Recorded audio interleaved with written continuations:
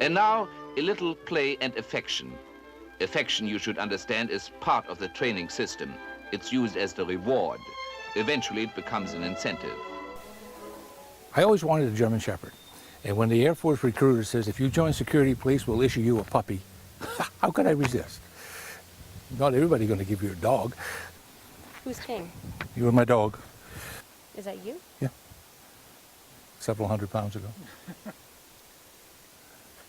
King, he wasn't a big dog. He was about 60 pounds, but he made up for it in attitude. He just didn't care for anybody, you know. And luckily, I never got bit by him, but you couldn't get too close to him because anybody else, he'll just climb right into him.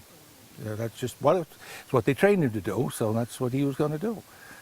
And you walk along with him, and if you watch him, and there's somebody out, and they get the wind just right, his nose will come up, and his ears will stand straight up, and they'll turn right in, and you look right between their ears, and that's where whoever it is. You can follow the ears right in just like a gun sight, right to whoever's out there. Had the responsibilities from the airplanes out through to the flight line. And so you're out there by yourselves. You didn't have anybody around.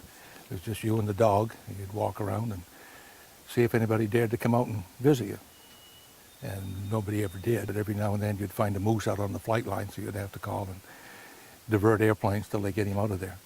They were issued to you, and you had to take care of them. You had to groom them. You had to, train them. You had to take care of them. But, when you're out there all by yourself, it's kind of comforting to have your puppy around. They're your buddy,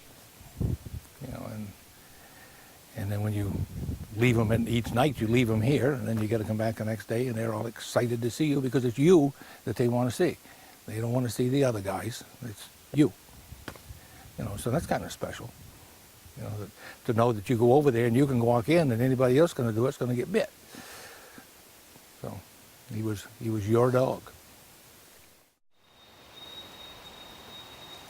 It's all grown up.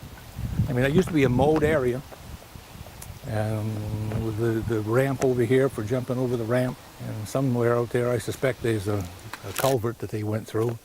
Over here like a ladder, they'd jump up and walk along top of the ladder just for their agility training. Yeah, I think it's neat that somebody would think and remember the dogs, because I would have a lot fonder remembrance of the dogs than I do some of the people that I was here with.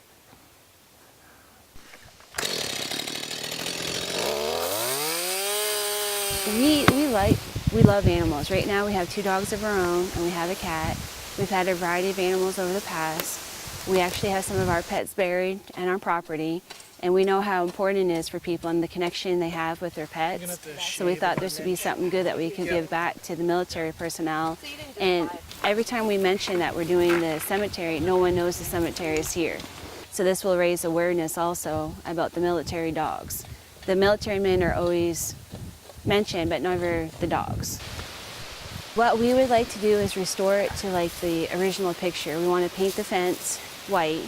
We've got the crosses, make sure we have the crosses placed correctly, do the archway and have the name of the cemetery. And we like to put a sign at the end of the road letting people know there is the cemetery down here.